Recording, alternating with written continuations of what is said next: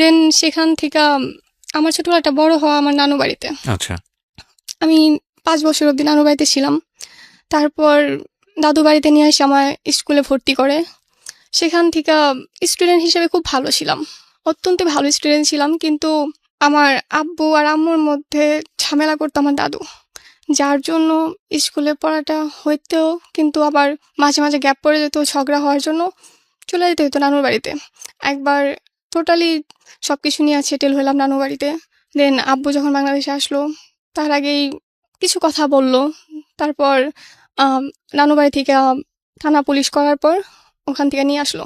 তারপর সেখান থেকে আস্তে থানা আস্তে পুলিশ কেন হলো? থানা পুলিশ হইলো আমার আম্মুর নামে কিছু কথা বলছিল বাজে, যার জন্য এটা কে বলেছিল? আমার দাদু বাড়ি থেকে। আচ্ছা আচ্ছা।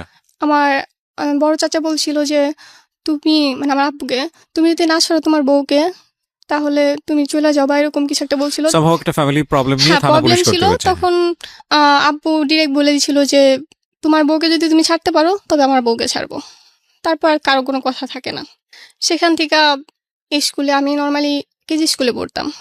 তো কেজি স্কুল আগের দিনে স্টুডেন্টের সংখ্যা খুব কম থাকতো, সেই সূত্রে স্টুডেন্ট কম আর আমি খুব চুপচাপ ছিলাম। তারপর ওখান থেকে আমাদের কেজি স্কুলটা 3 পর্যন্ত ছিল, যেহেতু টাকা লাগতো প্রচণ্ড, সবার পক্ষে সম্ভব ছিল না। তারপর আমার ক্লাস 4-এ ভর্তি করানো হলো প্রাইমারিতে। সেখানে স্যারের খুব প্রিয় হয়ে উঠছি আমি, কারণ খুব ভালো স্টুডেন্ট ছিলাম। তো তখন থেকে আস্তে আস্তে আমার পড়ার প্রতি থেকে মনটা সরে আসলো। ফ্যামিলির ঝামেলা এই সমস্ত কিছু ভালো লাগতো না। তারপর ওখান থেকে একটা ছেলে আমায় খুব ডিস্টার্ব করতো আমার এলাকার। আমি যখন ক্লাস 4-এ পড়ি, প্রেম কি ভালোবাসা কি বুঝি না, বুঝার বয়সও না অ্যাকচুয়ালি। আমি হাফ প্যান্ট পরে দৌড়াই, তখন আমি গায়ে জামাও পরি না, এতটাই ছোট। তখন নর্মালি নিছি আমি। আমার আম্মা ওই ছেলেটাকে জামাই বলে ডাকতো সবসময়, কারণ আমি ছোট, ওইভাবে নেয় নাই। কিন্তু ছেলেটা সত্যি সত্যি আমায় খুব পছন্দ করতো, এতটাই পছন্দ করতো যার জন্য আমাদের ওখান থেকে চলে আসতে হয়। আমাদের গাজীপুর আগে থেকে বাড়ি ছিল, কিন্তু এখানে আমরা সেটেল ছিলাম না। তারপর গাজীপুরে এসে সেটেল হলাম। এখানে এসে সেটেল হওয়ার পর আমার নতুন করে ভর্তি করলো। এখানে ভর্তি হওয়ার পর যেটা হলো, কোনো ফ্রেন্ড নাই, আমি চুপচাপ চুপচাপ, মানুষের কাছে সবাই কম আসে খুব। দেন আমি একাই থাকলাম স্কুলে। এটা কোন ক্লাসে? এটা তখন ক্লাস 8-এ। ক্লাস 8। ওকে। তারপর 3 মাস পর একটা মেয়ের সাথে আমার আলাপ হলো, ওর নাম তানিয়া। ওর সাথে আমার এত ভালো ফ্রেন্ডশিপ হইলো, মানে একজন আরেকজনের সাথে থাকতে পারি না। আমার আম্মা ওকে আমার বর বলতো, মানে ও যা বলতো আমি তাই শুনতাম। ও বিবাহিত ছিল। ওকে। আমাদের এলাকা আর ওদের এলাকা পাশাপাশি ছিল। তারপর ওখান থেকে আস্তে আস্তে আমাদের বন্ডিংটা ভালো হলো। কিন্তু ও একটু অন্যরকম ছিল, একটু না অনেকটাই। ও অন্যকে টাকা খাওয়া পছন্দ করতো। ও আমার সাথে আসতে যাইতো, কখনো ভাড়া নিতাম না। দেন আমরা এইভাবে আস্তে আস্তে কিছু বছর কাটাই। কিন্তু এর মাঝে আমরা এই এফএমটা খুব শুনতাম, মানে আমি প্রচণ্ড ফ্যান ছিলাম। আমার এমন অবস্থা ছিল, এটা না আসলে আমার ভালো লাগতো না। আচ্ছা। ঘুমাইতে পারতাম না, মানে বুধবার মানে আমার এফএম শুনতে হবে, এরকম একটা ব্যাপার ছিল। তো আমার থেকে ওরও নেশা হয়ে গেল। এর মানে মাঝে তানিয়ারও নেশা হ্যাঁ, হয়ে গেল। তানিয়ার নেশা হয়ে গেল। কিন্তু ও কখনো রাত জাগতো না, ও প্রচন্ড প্রেম করতো। ওকে। রাত বিবাহিত থাকা অবস্থায় প্রেম হ্যাঁ, করতো? প্রেম করতো। ওর বর থাকতো ঢাকা, ও থাকতো গাজীপুর। ওকে, ঠিক আছে, অন্য একজন অন্য সম্পর্কে খারাপ কিছু না বলি। হ্যাঁ। দেন ও ক্লাসে, মানে ক্লাসটা মিস দিয়ে আসে না, চুরি করে সে ক্লাসে শুনতো। আমি রেকর্ড করে রাখতাম, ও সকালে শুনে নিত। আচ্ছা। তারপর এভাবে আমাদের চলতে থাকে দিন। এর মাঝে একদিন দেখা হয়, শুরুর দিকেই একটা ছেলের সাথে দেখা হয় ওর এলাকার। ও বলে যে এই ছেলেটা বিয়ে করছে কিছুদিন আগে। তখন মাত্র 13 দিন হয়েছে বিয়ে করছে। আমি বললাম এতটুকু ছেলের বয়স কত, বিয়ে করছে? পরে আমি ব্যাপারটা ওখানে ছেড়ে দিই, আমার ওটা নিয়ে কোনো মাথা ব্যথা ছিল না। আমি তখনও চুপচাপই, আমি তেমন কিছু বলতাম না। দেন আমি যখন 9-এ উঠলাম, আমার ক্লাসে একটা স্যার ছিল, উনি আমায় পছন্দ করতো, মানে এতটাই পছন্দ করতো যা বলার বাহিরে। ক্লাস টিচার পছন্দ করতো? আমার ক্লাস টিচার, ওনার হাইট 6 ফুট, যার তুলনা আমি একদমই পিচ্ছি। আমার হাইট 5 ফুট 3। পছন্দ মানে কি স্টুডেন্ট হিসেবে পছন্দ করতো না, নাকি অন্য? স্টুডেন্ট হিসেবে না, উনি আমায় লাভ করতো। বুঝলেন কিভাবে? আমি কখনো বুঝতে পারি নাই। ক্লাস করাইতো উনি, ক্লাসে সপ্তাহে 1 দিন হয়তো ক্লাস করাইতো, বাকি 5 দিন শুধু প্রেমের গল্প, আদার্স কিছু এরকম। ক্লাসের সবার মধ্যে? সবার মধ্যে। আমাদের স্কুল রে বাবা এটা! ওনার দেখে প্রচন্ড ভয় পেত, উনি প্রচন্ড মারতো, প্রচন্ড পরিমাণ ব্যাথ দিত। আমাদের বিজ্ঞান ক্লাস নিত, হ্যাঁ, যেখানে বিজ্ঞানে ওপেনলি কথা বলতে হয়। হ্যাঁ, হ্যাঁ। আমি কমার্সের স্টুডেন্ট, কিন্তু আমি কখনো ওই সব নিয়ে মাথায় ঘামাইনি। তারপর যখন ক্লাস 10-এ উঠলাম, হুম। উনি আমার একদিন ডাকলো ক্লাস ছুটির পর, স্কুল ছুটির পর ক্লাসে গেলাম। দেন বললো যে না কিছু না, তুমি চলে যাও। সেকেন্ড দিন সেম কাহিনী। পরে বললো যে তোমার একটা কথা বলার ছিল। আমি বললাম জি বলেন। পরে বললো আমার তো ভালো লাগে। আমি বললাম তাই নাকি স্যার? বয়স কিরকম ছিল? ওনার পর স্যার হিসাবে যেরকম থাকা উচিত, স্যার তো অনেক ইয়াং স্যারও থাকেন। তখন 26-27, আমি যখন 10-এ পড়ি। ওনার বয়স তখন 26-27। হ্যাঁ এরকমই হবে। বিবাহিত ছিলেন? না, উনি ওকে, অবিবাহিত ছিল। ওকে। তারপর ওখান থেকে উনি বলে যে না আমি তোমায় লাভ করি। আমি বললাম এটা কি বললেন স্যার? এটা বলে আমি চলে আসলাম। উনি আবার আমাদের স্কুল অ্যান্ড কলেজ, হুম। উনি কলেজের মধ্যে খুব তেরা ছিল, মানে এতটাই তেরা, কখনো স্কুলে যে ফর্মালিটিগুলো ছিল হুম। কখনো পালন করতো না। দেন সেখান থেকে 1 সপ্তাহ পর উনি স্কুলটা ছেড়ে দিল, জবটা। হুম। তারপর আমার বাসায় বিয়ের প্রস্তাব গেল। আমার বাসায় অলওয়েজ বিয়ের প্রস্তাব আসে। আমি যখন ক্লাস 8-এ পড়ি তখন থেকে আমার বাসায় বিয়ের প্রস্তাব আসে, তো আমি এটা নর্মালি নিছি। দেন আমি কিছুদিন পরে জানতে পারি যে ওটা আমার স্যার। ওকে, ওকে। মানে আমি তখন শকড, মানে প্রচণ্ডভাবে। আমি বললাম যে এটা কিভাবে সম্ভব, যে স্যার কিভাবে একটা স্টুডেন্টের সাথে বিয়ে করব, আর আমার স্যার হয়, তাকে আমি কিভাবে আমার বর হিসেবে মাইনে নিব? এটা আমি কোনোভাবে অ্যাকসেপ্ট করতে পারি না। দেন ফার্স্টে আমার বাসা তেমন রেসপন্স করে না, কিন্তু কিছুদিন যাবার পর বাসা থেকে পুরা পাগল হয়ে গেল ওই ছেলের জন্য। এত শিক্ষিত একটা ছেলে, তখন বিসিএস এ এক্সাম দিবে, আচ্ছা, আচ্ছা। তখনও দেয় নাই। ওকে। তারপর আমি তো না, আমার আব্বু তো আমার সাপোর্টে আছে, হুম, হুম। কিন্তু সাপোর্টে বেশি দিন থাকলো না। হঠাৎ করে আমার আব্বু চেঞ্জ, তাও তখনও ছিল না। তো আমার নানা তখন অসুস্থ, আমাদের বাড়িতেই ছিল। তো আমার নানার খুব ইচ্ছা ছিল যে আমার বিয়েটা দেখে যাব। সেই তুলনায় আমার বয়স খুবই কম, বিয়ের ক্লাস বয়স। 10-এ পড়ছেন আপনি মাত্র তখন? হ্যাঁ। হ্যাঁ। এর ভিতরে আম্মা আমার সাথে যাতা ব্যবহার করা শুরু করলো। আম্মা একটানা 3 দিন না খেয়ে থাকলো, যাতে করে ছেলেটাকে আপনি বিয়ে করেন। হ্যাঁ। পরে আমি তাতেও কিছু বললাম না। দেন আম্মা আমাকে একটা শর্ত দিল যে যখন বিয়ের সময় হইব তখন আমাকে গাজীপুর থেকে অনেক দূরে কোথাও পাঠিয়ে দিব, আপাতত যেন আমি রাজি হই।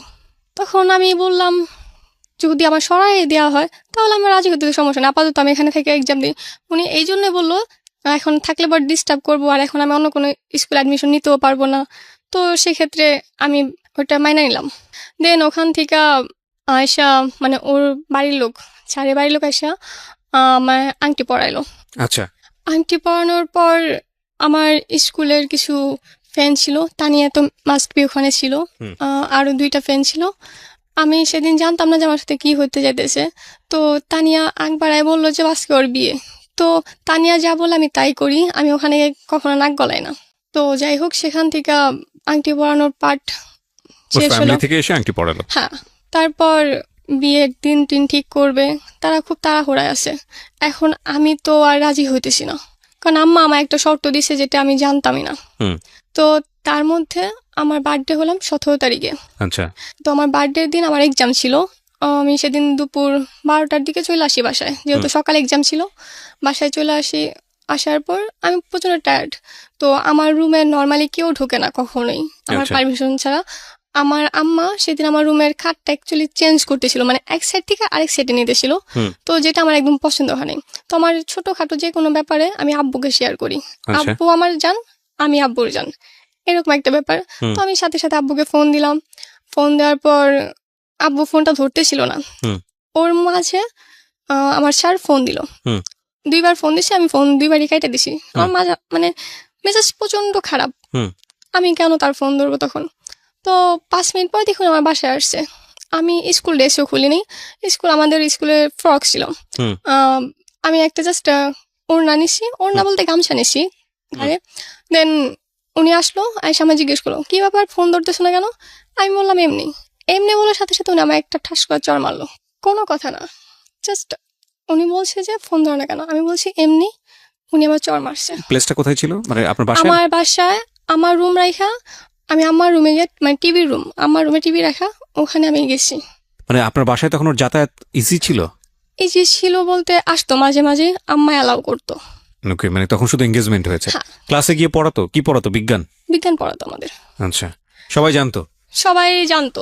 যে আপনার সঙ্গে এই এঙ্গেজমেন্টটা হয়ে আছে এই স্যার? হ্যাঁ, ওকে। মানে উনি তখন স্কুল ছেড়ে দিছে আমাদের। ও স্কুল ছেড়ে অন্য স্কুলে চলে গেছে? তখন অন্য স্কুল যায় নাই, উনি আমার বাসায় বিয়ের প্রস্তাব পাঠানোর এক সপ্তাহ আগে স্কুল ছেড়ে দিচ্ছে, যাতে স্কুলে ওনার কোনো কিছু বলতে না পারে। আচ্ছা আচ্ছা, ওকে। তো তখন কি করছে উনি? তখন উনি বেকার। তো বেকার অবস্থায় ওনাকে বিয়ে দিয়ে দিচ্ছে আপনাকে ওনার সঙ্গে? ওই বিসিএস ক্যাডার হবে, ওনার অনেক টাকা হবে। বিসিএস ক্যাডার তো হয়নি এখন পর্যন্ত, তার আগে মানে তারা ভাবছে যে শিক্ষিত, এত শিক্ষিত। কোথা থেকে পড়াশোনা করেছে ছেলেটা? ওনার বাসা ধামরাইল। না পড়াশোনা করছে পড়াশোনা ইউনিভার্সিটি? করছে, আমি এত কিছু জানতাম না অ্যাকচুয়ালি। আমার ওনার প্রতি কোনো ইন্টারেস্ট ছিল না, ওনার আচ্ছা, প্রতি আমি তো কোনো ঠিক খোঁজ আছে, নিইনি। আপনার গায়ে হাত তুললো, তারপর? হাত তুললো, আমি মানে খুব রেগে গেলাম। মানে সেখানবার উনি আবার প্রশ্ন করছে ফোন ধরো নাই কেন। হুম। আমি আবারও বলছি এমনি। উনি আরেকটা চড় দেওয়ার পর আমি চেয়ারে গিয়ে পড়লাম। হুম। চেয়ারটা আমাদের ছিল 15 বছর আগের, সেই চেয়ারটা সাথে সাথে ভেঙে গেল। ও এত জোরে, মানে একজন টিচারের হাতেও তো যথেষ্ট শক্তি থাকে। না, সব টিচারের হাতে যে শক্তি থাকে বিষয়টা এরকম না, মানে মানে ওই কিছু কিছু ভদ্রলোকের থাকে। হাতে উনি শক্তি তো ছিল। আগে বলছেন উনি প্রচন্ড মারতো, ওনার দেখা প্রচন্ড ভয় পাইতো সব স্যাররা, মানে স্টুডেন্টরা প্লাস স্যাররা ওনার অ্যাভয়েড করতো, আচ্ছা। এরকম একটা ব্যাপার ছিল। তারপর উনি আমায় আস্তে আস্তে মানে টোটাল 4টা চড় মারলো, মানে সময় যেহেতু ফার্স্ট 2টা মারার পর আম্মা আসলো, আম্মা আর আমার আঙ্কেল আসলো। আমার আম্মা এসে মানে আমার বাসায় এসে আমার গায়ে হাত তুলছে। আম্মা সেটা না তর্ক না করে জানালা দরজা বন্ধ করে সে আমাকে যাতা বলা শুরু করলো। মানে ওই ছেলের প্রতি এতটাই মুগ্ধ ভেরি স্ট্রেঞ্জ। আমি। আপনার বাবা তখন কোথায়? আমার বাবা বাহিরে। দেশের বাইরে? এই বিষয়টা জানতো যে পুরো বিষয়টা? উনি তখনও জানতো না। না মানে আপনার এঙ্গেজমেন্ট হয়ে গেছে, বাড়িতে এঙ্গেজমেন্ট আসতেছে? ওটা উনি জানতো, কিন্তু জানতো আমার মতে, কিন্তু ভিতরে কি হয়েছে সেগুলো কিছুই জানতো না। সেটা আমিও জানছি পরে আব্বুর কাছে। ওকে, যাই হোক, তারপর স্টেপ বাই স্টেপ আগে। তারপর ওখানে থেকে আমি আর কিচ্ছু বললাম না। আমার চোখে একটু জল ছিল না, আমি কান্নাটা ভুলে গেছিলাম। এতটা খারাপ লাগছে আমার যে আমার মা আমাকে সাপোর্ট না করে বাহিরে একটা ছেলেকে সাপোর্ট করতেছে। বিকজ আপনার বয়সটাও তো ওই সময়টাতে একেবারেই অল্প, ক্লাস 10-এ একদমই অল্প, পড়ছেন হ্যাঁ। মাত্র। হ্যাঁ। তারপর ওখান থেকে আমি বেরোয় গুসুলে গেলাম। গুসুলে গিয়া ড্রেস, নর্মাল একটা ড্রেস, বাসার ড্রেসে পরে আমার শ্বশুর বাড়িতে, আই মিন আমার ফুপু, ছোট ফুপুকে আমি শাশুড়ি আম্মা আর ফুপাকে শ্বশুর আব্বা বলি। তো অলওয়েজ এই নামেই বলি, সবাই এই নামেই চেনে। মানে এটা কি শখ করে বলে এমনিতে? হ্যাঁ, শখ করে ছোটবেলা থেকে বলি। হুম। তারপর ওখানে চলে গেলাম। তো ওখানে গিয়ে সেরা ফুপি বলতেছে যে কি হয়েছে, আমি কিছু বললাম না। 3-4 বার জিজ্ঞেস করার পর আমি ফুপায় কান্না করতেছি, হুম। মানে প্রচন্ড জোরে কান্না করতেছি। পরে আমার গালে দেখতেছে 5টা আঙুলের দাগ। পরে বলছে এগুলো কি, আমি বললাম, পরে সবকিছু খুলা বললাম। হুম। আর আম্মা এগুলো সব চেয়ে চেয়ে দেখছে। পরে ফুপি খুব রেগে গেল, ফুপাকে ফোন দিল। তারপর ফুপাও খুব রেগে গেল, কারণ ফুপা আমায় খুব ভালোবাসে, ফুপার কোনো মেয়ে নাই, হুম, হুম, আমাকে অলওয়েজ মেয়ের চোখে দেখে। ইনফ্যাক্ট মানে উনি আমায় এত আদর করে যা হয়তো নিজের সন্তানকেও করে না। হুম। দেন আব্বুকে ফোন দিল। আব্বু তখন সন্ধ্যা। আব্বুকে ফোন দেওয়ার পর আব্বু তো খুব চেতে গেল। আব্বু একটা কথা বললো, আমার মেয়েকে আমি কোনদিন ফুলের টোকা দিইনি। হুম। সেখান থেকে বাহির একটা ছেলে আইসা কি কেবল করে মেয়ের engage- গায়ে হাত তুলে। রাইট, কেবল এঙ্গেজমেন্ট হয়েছে, বিয়েও হয়নি।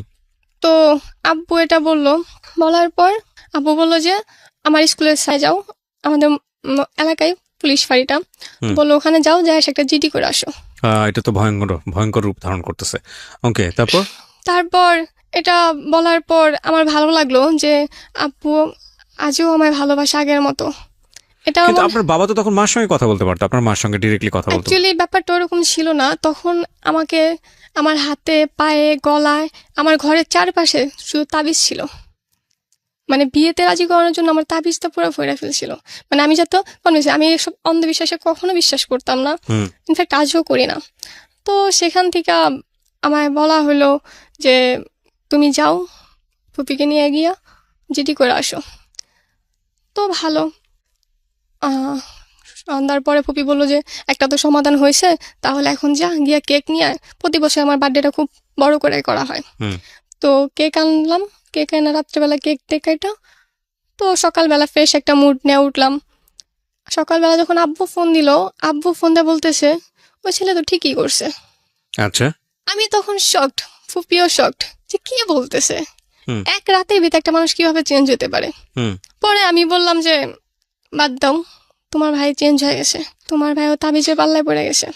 ঠিকই করেছে বলে কি বলছিল যে এই কারণে ঠিক করেছে বা এরকম কোনো কোনো কিছু কিছু? না, জাস্ট বললো যে ঠিক করছে। আমি এটা মানতে পারতেছিলাম না, কিভাবে এটা ঠিক করলো। হুম। আমি যদি খুব খারাপ একটা কাজ করি তারপরও আমার বাড়িতে এসে আমাকে মারবো, এটা কেউ মেনে নিতে পারবো না। আব্বু ফার্স্টে রিয়াক্ট আর পরে যে রিয়াক্টটা করলো হুম। সেটা আমার জন্য একটা মানে মানে জীবন্ত লাশের মতন একটা ব্যাপার ছিল। আমি হুম। একটা মানে অ্যাকচুয়ালি মাইনে নিতে পারিনি কোনোভাবে। হুম। পরে আমি আর আমার বাড়িতে ফিরলাম না, প্রায় 1 মাস আমি ওখানে থাকলাম। ওখান থেকে স্কুলে যাতায়াত করতাম ফুপুর বাসা থেকে? ফুপির বাসা থেকে। হুম। তারপর একদিন আইসা আমার বাসায় নিয়ে গেল, বুঝাই টুজাই নিয়ে গেল কি আপনার মা? আমার আম্মা। হুম। তো বাসায় নিয়ে যাওয়ার পর ওখান থেকে স্কুল কন্টিনিউ করলাম। এর মাঝে ওই ছেলেটা চিরকুট পাঠাইছে, হুম। যেটা আম্মার কাছে হুম। আম্মার কাছে চিরকুট পাঠাইছে আমার জন্য। হুম। তো সেগুলোতে আমি পড়া দেখি নাই, কারণ আমার কোনো ইন্টারেস্ট নাই। হুম। তারপর একদিন ফোন দিয়ে সেটা আম্মা পাশে দাঁড়ায় রয়েছে, লাউডে ফোন দিয়ে আমি কথা বলবো না। পরে লাউডে বলতেছে, আমার আম্মাকে মা বলে ডাকতো, হুম। যে মা আপনার মেয়ে আমাকে ভালোবাসে না, ডিরেক্ট এভাবে বলতেছে। মানে লজ্জাটা মনে হয় যে আমি পেলাম সব থেকে বেশি। হুম। একটা ছেলে এতটা বেহায়া কিভাবে হয়। হুম। তো ওখান থেকে আমি আবার শুরু করে দিলাম উল্টাপাল্টা। আমি আমার নিজেকে খারাপ প্রমাণ করার জন্য উঠা পড়া লাগলাম। আমার কিছু ফ্রেন্ড সার্কেল ছিল যাদের বলছিলাম যে আমার সাথে তোরা অভিনয় করবি। বললো যে কীরকম অভিনয়? আমি বললাম যে এমনভাবে আমার সাথে চলাফেরা করবি যাতে মনে করে যে আমার বয়ফ্রেন্ড তোরা। আর একটা মেয়ে যদি কয়েকটা বয়ফ্রেন্ড থাকে তাহলে সেই মেয়েটাকে নর্মালি সমাজে খারাপ মেয়ে হিসেবে বলে। তো খারাপ মেয়ে হিসেবে নিজেকে প্রমাণ করে লাভটা কি হবে? যাতে আমাকে বিয়ে না করে। ওকে। এটা আমার ছিল একটা মানে ওই পরিকল্পনা। বয়সে যেরকম আপনার বুদ্ধি sense- থাকে। ওকে। তো Okay. আমি তখন এরকম শুরু করলাম। তো তখন কমপ্লেন আসা শুরু করলো। আব্বু মানে একটা পয়েন্ট পেয়ে গেল যে তুমি তো খারাপ, হুম। তুমি এতগুলা ছেলের সাথে ঘোরাফেরা করো, কথা বলো, হুম। তাহলে তো খারাপ তো তুমি। আমি বললাম যে হ্যাঁ আমি তো খারাপ, মানে আমি একদম কোনো তখন আপত্তি না। মুখের উপর বলা শুরু করে হ্যাঁ আপোষে বললাম যে হ্যাঁ আমি খারাপ, তাহলে একটা খারাপ মেয়েকে বিয়ে করার জন্য ওই ছেলেটা কেন পাগল হয়েছে, হুম। ছেড়ে দিলে তো পারে। তারপরও নাছর বান্দা ছাড়বো না, এর ভিতরে ঝামেলা আরও বাড়তে শুরু করলো। দেন এমন সময় আমার টেস্ট পরীক্ষা টেস্ট পরীক্ষা। শুরু হইব। তখন টেস্ট পরীক্ষা দিলাম, দেওয়ার পরে আমার ঘরে আমারে বন্দি করে দিল, কিরকম? তালা দিল আমার রুমের মধ্যে আমার আম্মা। মানে আপনি ছেলেটাকে যাতে বিয়ে করেন হ্যাঁ সেই জন্য আপনাকে রুমে তালা দিয়ে দিল? মানে আমার যাতে শিক্ষা হয় ওকে। এরকম একটা ব্যাপার। প্রায় 1 সপ্তাহ আমার ঘরে একটানা তালা। হুম। এমনি তো আমি নর্মালি বেশি রুমের বাইরে যাইতাম না, কিন্তু তালাটা থাকলে একটা অন্যরকম ব্যাপার লাগে যে আমি বন্দি আছি, হুম। স্বাধীনতাটা আমার মধ্যে নাই। হুম। তো আমার প্রচন্ড কষ্ট হলো, মানে এতটাই কষ্ট যে আমার বলার বাইরে। ইনফ্যাক্ট খাবার পর্যন্ত দিত না। আমি তখন রুমে আসলো, আমার ইচ্ছা ছিল যে আমি স্কুলে যাব, পরীক্ষা দিব। আমি তো এখন পরীক্ষা না দিয়ে আমার একটা বছর নষ্ট হয়ে যাব, এটা ভাবতাম। তারপর 1 সপ্তাহ পর যখন আমার রুমে আসলো, মানে জাস্ট আমার পরীক্ষাটা দিতে দাও, আমার আর কিচ্ছু চাই না, তোমরা যা বলবো আমরা তাই মেনে নেব। এসএসসি পরীক্ষা? হ্যাঁ এসএসসি পরীক্ষা দিতে দাও না, তোমার একটা বছর নষ্ট হয়ে যাবো, আমি আর কোনোদিন দাঁড়াইতে পারবো না কইরা। পরে অনেকক্ষণ ভাবলো, তারপর বললো যে আচ্ছা ঠিক আছে, আমরা কেউ একজন ধরে নিয়ে আসবো, মানে এই জন্যই যাতে আমি পালায় না যাই। তো তখন ওইটা রাজি হলো, আমায় কয়েকদিন দিয়ে আসলো। মানে সরাসরি যেত না, অলওয়েজ ফলো রাখতো পিছনে। আমি যখন পিছনে তাকাইতাম একটা ছেলে দেখতে পেতাম, ছেলেটাকে আমি চিনি না, ছেলেটা আমার আম্মা লাগাইছে না শিওর জানতাম না, কিন্তু কেউ না কেউ থাকতো। আর ওই কিছু মুখ আমার একদম চেনা হয়ে গেছিলো, আমি যেদিকে তাকাইতাম ছেলেগুলোকে দেখতে পেতাম। অলওয়েজ আমার থেকে একটা মনে হয় যে ক্যামেরা ফোকাস করে আছে। তো সেখান থেকে এক্সাম দেই, রেজাল্ট আমার রেজাল্টটা খুব ভালো আমি আশা করি নাই কখনো। কারণ আমি যখন পরীক্ষা দেই আমি একটা দিন পড়তে বসতে পারিনি। এই জন্য পড়তে বসতে পারিনি, তখন আমার রুম থেকে আমি ক্লাস 4 থেকে আলাদা রুমে ঘুমাই, আমি কোনোদিন কারোর সাথে ঘুমাইতে পারি না। তখন এক ঘরে থাকতে হয়েছে, আমার রুম আলাদা রাখছে যাতে আমি একা কিছু করতে না পারি, ইনফ্যাক্ট সুইসাইড অ্যাটেম্প বা আদার্স কিছু করতে না পারি বা পালাই যেতে না পারি। সব কিছু মিলে তাদের সাথে থাকতে হয়েছে। আর আমাদের রুমে অলওয়েজ টিভি চলতো, যার জন্য আমি পড়তে পারিনি। বইগুলা কোথায় ছিল সেটাও জানি না। তো সবগুলো পরীক্ষা আমি না পড়ে দিই। রেজাল্ট খুব ভালো আসে নাই, একদম খারাপ আসে নাই, মোটামুটি একটা রেজাল্ট আসছে। তো সেখান থেকে পরীক্ষা দেওয়ার পরে আবার ওই ব্যাপারটা শুরু হয়। তখন পরীক্ষা শেষ করা আমি ডিরেক্ট বাসায় না গিয়া আমার আন্টির বাসা চলে আসি। আমার আন্টির বাসা ঢাকা যাত্রাবাড়ি। তো বাসে উঠে মানে আন্টি, বাড়ি থেকে পালালেন আপনি? হ্যাঁ পালালাম। বাসে উঠে আন্টিরে ফোন দিলাম যে আন্টি আমি আসতেছি, তোমার বোনকে যদি বলো তাহলে আমি আর যাব না। পরে আন্টি তো আমার জেদ হিসাবে খুব, মানে আমি কেমন জেদ দিমে সেটা জানে, সেজন্য বললো যে কোথাও যাইতে হবো না, আমার কাছে চলে আয়। হুম। হুম। তো আমি আন্টির কাছে চলে গেলাম, ওখানে গিয়ে আমি 15 দিন থাকলাম। তো আন্টি বুঝায়া আবার আমার বাড়িতে পাঠাইলো।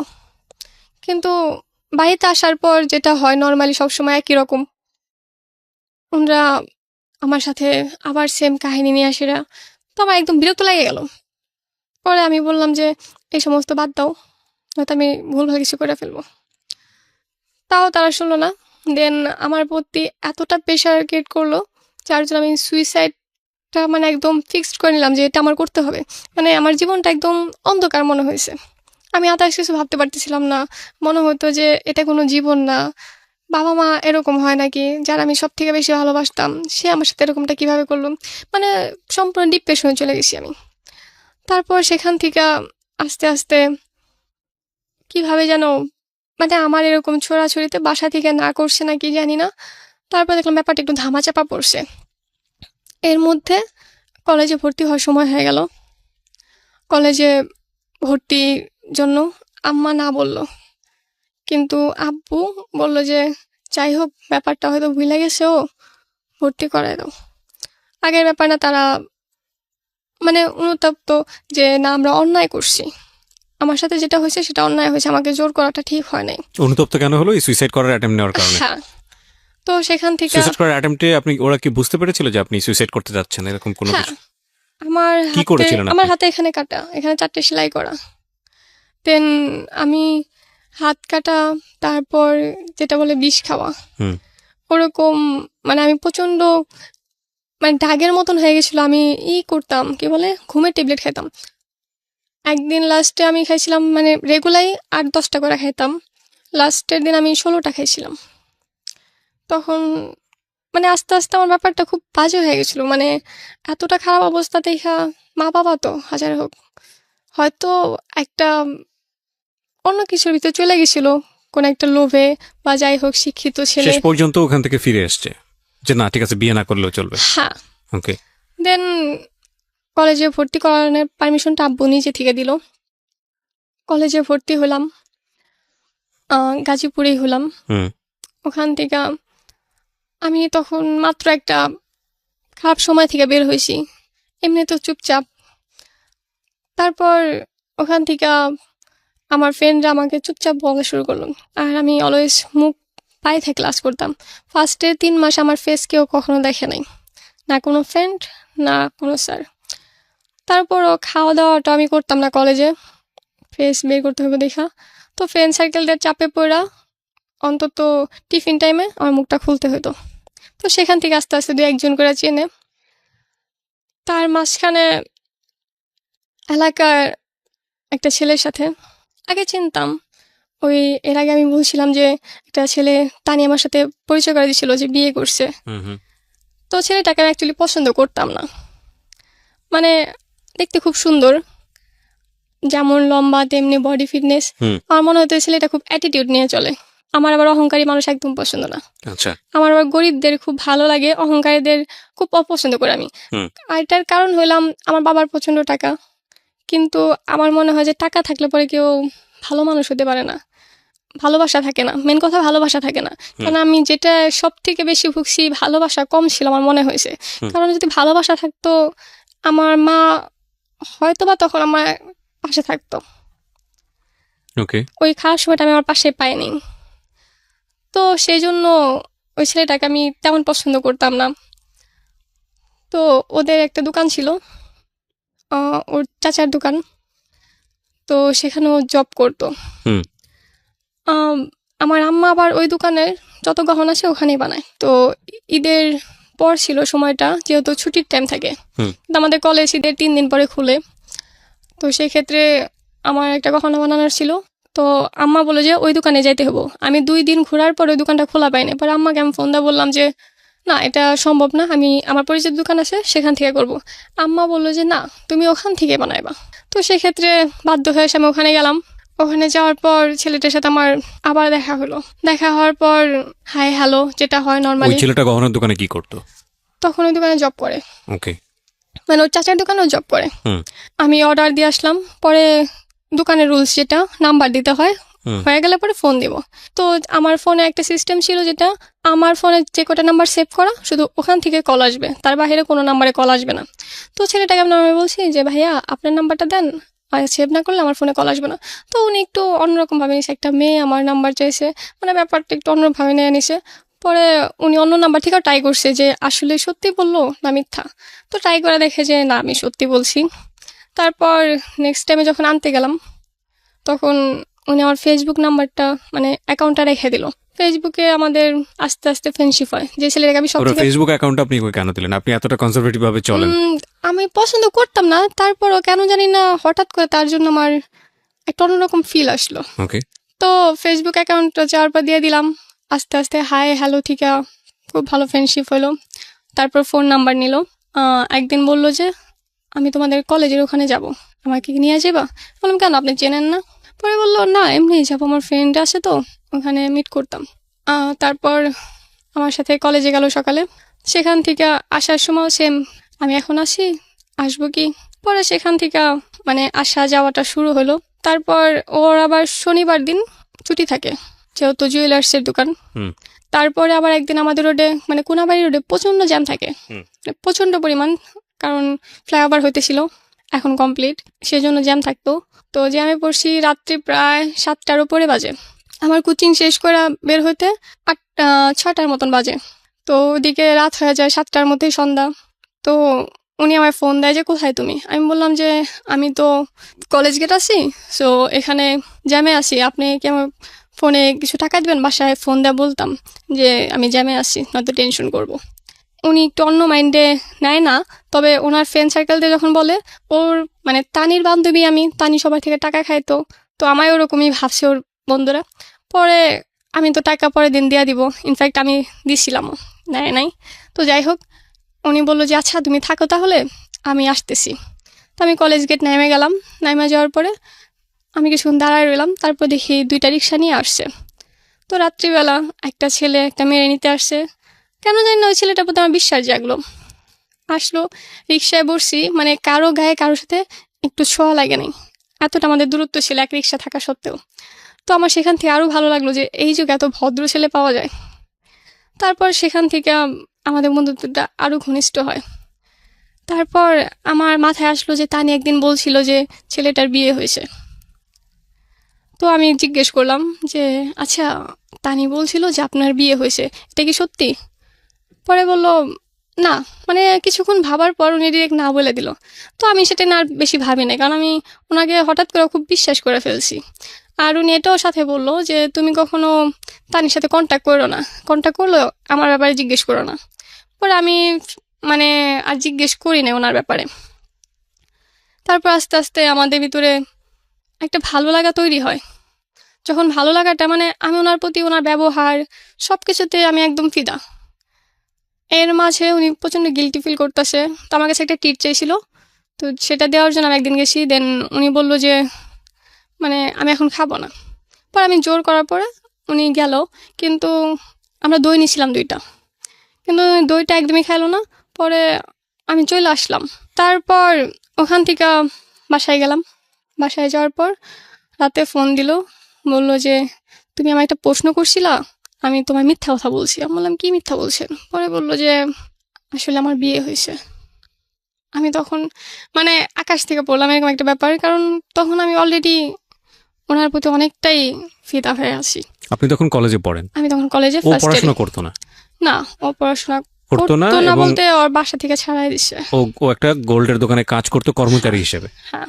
আচ্ছা, স্ট্যাটাসটা বোঝার জন্য বলছি। হ্যাঁ। দেন ওখান থেকে আমি বললাম যে যাই হোক বাদ দেন সব, আমরা তো বন্ধুর মতন থাকি। পরে বন্ধুত্ব থাকাকালীন ও আমায় বলে যে না যেহেতু তোমার বন্ধু আমার লাইফে সব ঘটনা তোমার জানা উচিত। পরে আমি জিজ্ঞেস করলাম আচ্ছা কি? পরে বললো দেখো আমার মাথায় সমস্যা ছিল, মানে ওর বাসা থেকে এতটাই প্রেশার দিত ওরে, মানে ও খুব ভালো স্টুডেন্ট, মানে এতটাই ভালো, ক্লাসের টপার ছিল। ওকে। টপার ছিল তো ওর বাসা থেকে অলওয়েজ ফোর্স করতো যে পড়ালেখা ছাইড়া দেয়। ইনফ্যাক্ট 2বার পড়ালেখা ছাড়াইছেও। আচ্ছা। কিন্তু ও পড়ালেখা কখনোই ছাড়তে চাইতো না, যেহেতু একজন স্কুলের টপার ক্লাসের। হুম। সো সে কখনো ছাড়তে চায় না পড়ালেখা। তারপর ওর বাবা জুয়া খেলতো, তাস খেলতো, তো হাইরা যেত। ওর মা গার্মেন্টসে কাজ করতো। হুম। কিন্তু ওর মা যখন টাকা দিতে চাইতো না, ওর বাবা ওর মারে মারধর করতো, মারধর করে টাকা নিত, নিয়ে তবুও জুয়া খেলতো। ছেলে মেয়ের পড়ালেখা, ভবিষ্যৎ, এই সমস্ত নিয়ে কিচ্ছু ভাবে নাই কখনো। হুম। ওনার শুধু একটা নেশা ছিল, নেশায় গেলে যেটা হয় নর্মালি। তারপর সেখান থেকে ওর পড়ালেখা চাপ ছাড়তে হইব, এগুলা ভাবতে ভাবতে ওর মাথা খারাপ হয়ে যায়, মানে পুরোপুরি পাগল হয়ে যায়। হুম। তো পাগল হওয়ার পরে যখন ঠিক হয়, প্রায় কিছু মাস লাগে সময়, ঠিক হওয়ার পরে ওর বাবা যৌতুক নিয়ে ওরে বিয়ে করায়। ওকে। ওকে। মানে শুধুমাত্র যৌতুকের জন্য। ও তখন মাত্র ক্লাস 10-এ উঠছে, ভেরি স্ট্রেঞ্জ। ওকে, তারপর? মানে একটা বাচ্চা ছেলে হ্যাঁ, হ্যাঁ, তাকে বিয়ে করায়। আর ওর যখন বিয়ে করায় মাত্র ঠিক হয়েছে, আর একটা যখন বাচ্চা জন্ম নেয় তখন কিন্তু সে কিচ্ছু বুঝে না। সেরকম একটা ব্যাপার থেকে বের হইতে সময় লাগে, সেই সময়টা তাকে দেওয়া হয় না। ওর যখন যা বলা হয়তো ও তাই করতো। তো সেখান থেকে ওরে 2 লাখ টাকা যৌতুক নেয়া বিয়ে করায়, কিন্তু 2 লাখ টাকা দেওয়ার কথা ছিল, কিন্তু দেয় মাত্র 1 লাখ টাকা। হুম। আর ওদের বাড়ি থেকে গয়না দেয়। ও এগুলো না কোনো মাথা ব্যথা ছিল না। তারপর সোহানের বউ বাসুর ঘরে ওরে যখন রেখে আসে, হুম। আর ও তো সোহান তো বাচ্চা, হুম। ক্লাস 10-এ পড়ে। আমার বেলা তাই মনে হয়েছে আমি একটা বাচ্চা মেয়ে। হুম, হুম, সো সেম যদি আমার এসে হয় তাহলে তাই মনে হবে। হুম। তো ওর বউর আগে একটা বিয়ে হয়েছিল, হুম। মানে ওর বউর এখন বয়স 30+ হবে, 30 বলছি, 35+। ওকে। এখনই শুধুমাত্র যৌতুকের কারণে এই বিয়েটা হয়েছে? হ্যাঁ, যৌতুকের কারণে ঠিক বিয়ে আছে, আমি হয়েছে। ইন ডিটেল যাচ্ছি না। তারপর কি হলো? মানে আপনার সঙ্গে কি হচ্ছিল কথোপকথন? যাই হোক, তারপর? তারপর ওইটা বললো, আমি বললাম যে এটা খুব খারাপ হয়েছে, খুবই অন্যায় হয়েছে আপনার সাথে। হুম। দেন ও এটা নিয়ে সেরা মানে বলতে বলতে কান্না করে দিল। তো এখান থেকে আমি বেস্ট। তারপর ও যে কথাটা বললো, যে কারণে আমি একদমই বেস্ট হলাম, যে আমি আমার লাইফে এমন কাউকে চাই যার মানে সে সব কিছু জানা সত্ত্বেও আমার পাশে এসে দাঁড়াইবো। হুম। আর এখন যে আছে তাকে আমি কোনোদিনই আমার মন থেকে মাইনে নিই। ইনফ্যাক্ট আমি নিতে পারবো না, কারণ আমার থেকে বয়সে না হলো 10 বছরে বড় হবে। আর যার আগে একটা বিয়ে হয়েছিল তাকে আমি কিভাবে আমার বউ বলে মাইনে নিব? সো সে মাইনে নিতে পারে না। তারপর ওখান থেকে আমি বললাম যে আচ্ছা, আপনার অতীতে যা হওয়ার হয়েছে বাদ দেন, আমরা তো খুব ভালো বন্ধু। আমাদের যাই হোক, আমরা এইসব বাদ দিয়ে সেটা আমরা বন্ধু, আগে যেরকম বন্ধুত্ব ছিল বন্ধুত্বটা নিয়ে থাকি। তো সেই হিসাবে আমরা সবসময় কথা, যেহেতু ফেসবুকের যুগ, অলওয়েজ টাচে থাকা যায়, তো আমাদের প্রচণ্ড কথা হয়তো। ওখান থেকে আস্তে আস্তে দেখা সাক্ষাৎ হয়। তারপর একদিন বৃষ্টির দিনে, শনিবার আমি নর্মালি কলেজ যাইতাম না, ওর সাথে বের হইতাম। বৃষ্টির দিনে বের হই, অ্যাকচুয়ালি আমরা বের হলে বৃষ্টি হইতো। মানে আমরা যেদিনই বের হইতাম প্রচণ্ড রোদ, মানে এতটা রোদ মনে হয় যে রোদে মাথা ফাইটে যাব। কিন্তু বের হলে পরে একসাথে হলে বৃষ্টি হইতো। তো সেদিনও তার ব্যতিক্রম হলো না, বৃষ্টি। তো বাস থেকে নাইমা অর্ধেক রাস্তা আসার পর এত বৃষ্টি হয়েছে যে বাস যাইতে পারবো না। তারপর আমরা নামলাম বৃষ্টিতে ভিজে। তারপর সেখান থেকে একটা চায়ের দোকানে ঢুকলাম। আমি 1 কাপ চা খাইতে খাইতে ওর 2 কাপ চা খাওয়া শেষ। তো সুন্দর, মানে আগেও আসছি কিন্তু কখন এত সুন্দর লাগে নাই। তখন খুব সুন্দর লাগলো। ও কয়েকটা সেলফি নিল দাঁড়ায়, আমি অবাক চোখে করে দেখলাম। তখন আমরা শুধু ফ্রেন্ড। তারপর সেখান থেকে বাড়িতে আসলাম। আসার পর আমি বাসা থেকে বের হই বা ঢুকি, কখনো প্রশ্ন করে না যে কোথায় গেছিলাম বা কোথা থেকে আসলাম। আপনার বাড়িতে? হ্যাঁ, এই স্পেসটা দেয় নাই। অ্যাকচুয়ালি আমাকে বেশি চিপছিল, মানে লেবু বেশি চিপলে তিতা লাগে, আমার অবস্থা হয়েছিল তাই। মানে আমাকে এতটা প্রেশার দিছিল যার জন্য আমি অবাধ্য হয়ে গেছিলাম, বাড়িতে আর কারো কথা শুনতাম না তারপর থেকে। তো সেখান থেকে আরেকদিন বের হলাম, আমরা চাবাড়ি পার্কে গেলাম। তো সেম কাহিনী, আমরা বের হলে বৃষ্টি হয়, সেদিনও বৃষ্টি। তো আমরা হলো সিএনজিতে আসতাম। তো সেদিন আমাদের আসতে প্রায় 2 থেকে 2.5 ঘন্টা সময় লাগে। ও 2.5 ঘন্টা পরেই শুধু ভাবলো, মানে কিছু একটা বলতে চাইতেছে কিন্তু বলতে পারতেছে না। তো সিএনজি থেকে নামার সময় আমার হাতটা নিয়ে একটা সফট কিস করা চলে গেল। সেই কিসটা আমার কাছে এত ভালো লাগলো, মানে একটা ছেলে আমার হাত ধরতে, একটা মেয়ের হাত ধরতে এতটা সময় নেয়, এটা আমি কখনো ভাবতে পারিনি। তো সেখান থেকে আমার ভাবনাটা শুরু, মানে সেখান থেকে আমি আর শুধু ফ্রেন্ড হিসাবে নিতে পারলাম না, হুম। আরও তো সবসময় চাইতো যে ওর লাইফে এমন কেউ আসুক যে ওর জীবনটা একদম বদলায় দেখ। হুম। তো সেখান থেকে আমাদের আস্তে আস্তে কথাবার্তা শুরু হয়, কিন্তু আমাদের রিলেশনে কখনো প্রপোজটা ছিল না। আচ্ছা। একটা রিলেশন, শুধু একটা রিলেশন, কিন্তু কোনো প্রপোজ নেই।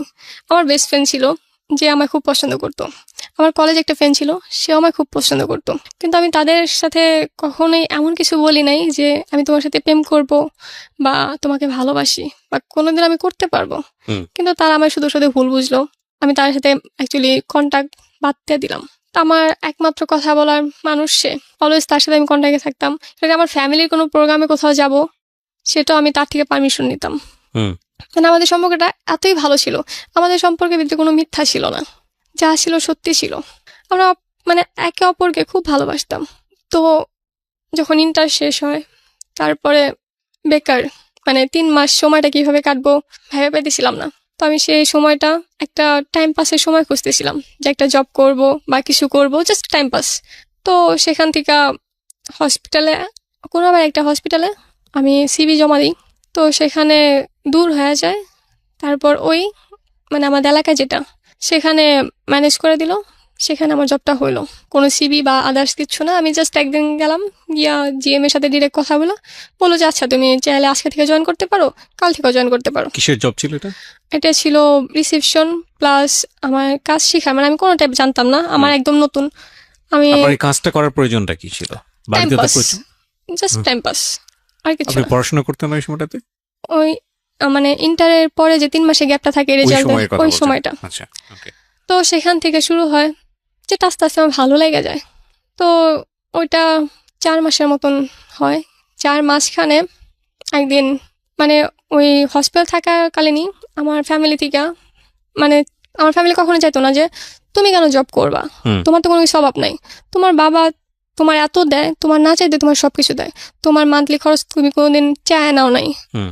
তোমার কোনোদিন 10 টাকা 20 টাকা বা 100 টাকা 200 টাকা দেওয়া হয় না, তোমার মান্থলি একটা অ্যামাউন্ট আছে, সেটা তোমার সে দেওয়া হয়। প্রত্যেক মাসে আমার একটা বেশ বড় একটা বাজেট থাকে, সেটা আমার দেওয়া হয়, তাহলে তোমার কেন এত জব করতে হবো?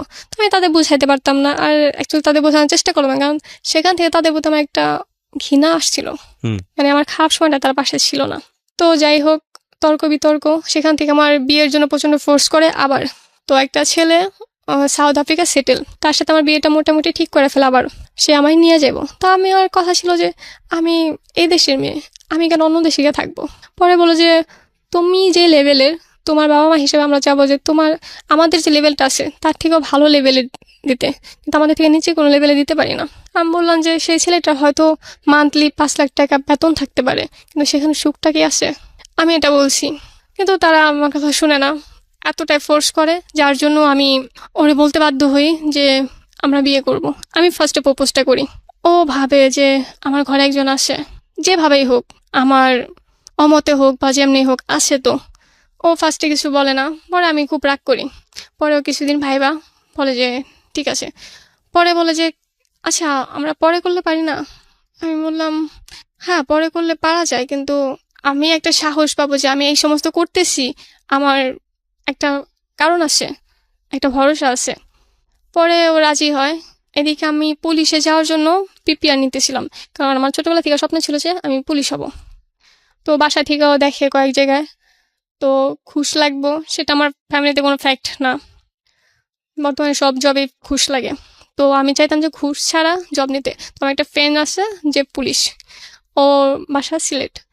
তো ওর মাধ্যমেই ও বলে যে আমার বাবা করতে পারবো সব। আমি বললাম যে আমি কিন্তু ঘুষ দেবো না, আমি পারবো কিন্তু আমি দেবো না।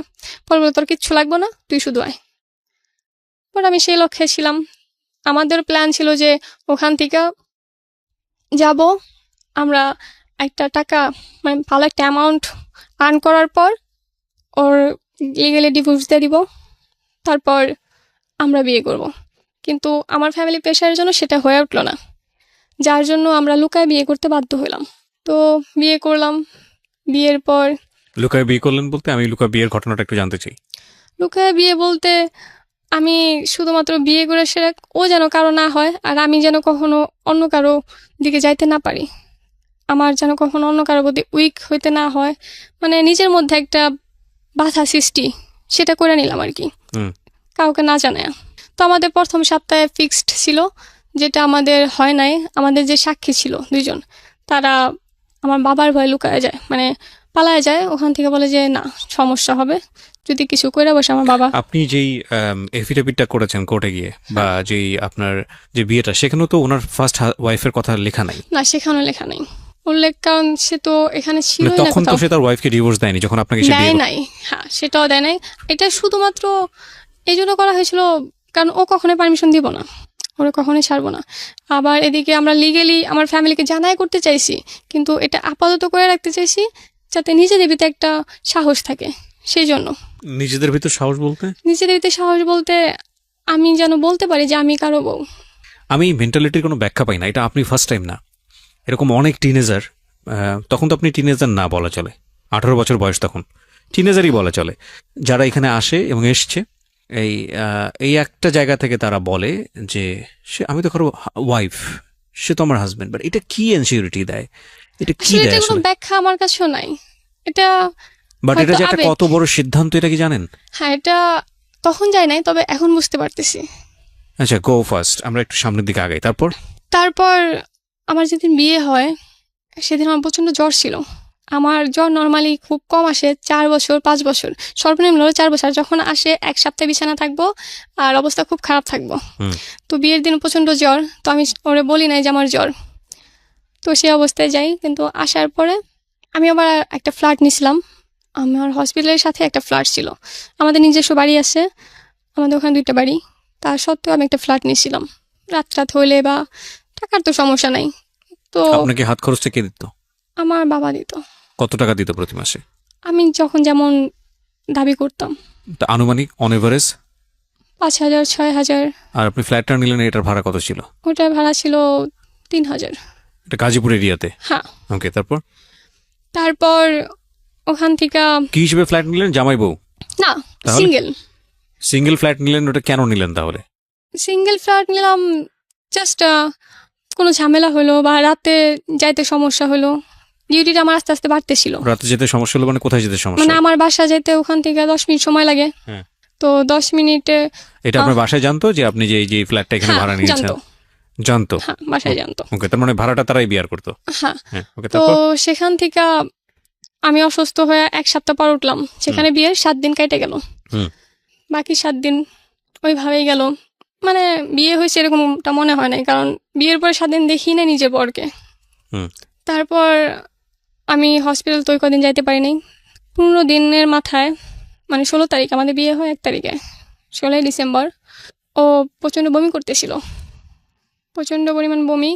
তো আমি বিকেলবেলা ওরে গিয়া 2টা ট্যাবলেট দিয়ে আসলাম হুম। বমির, যাতে খায়। তো দিয়ে আসার পরও খাইলো, তারপর বমি কমলো না।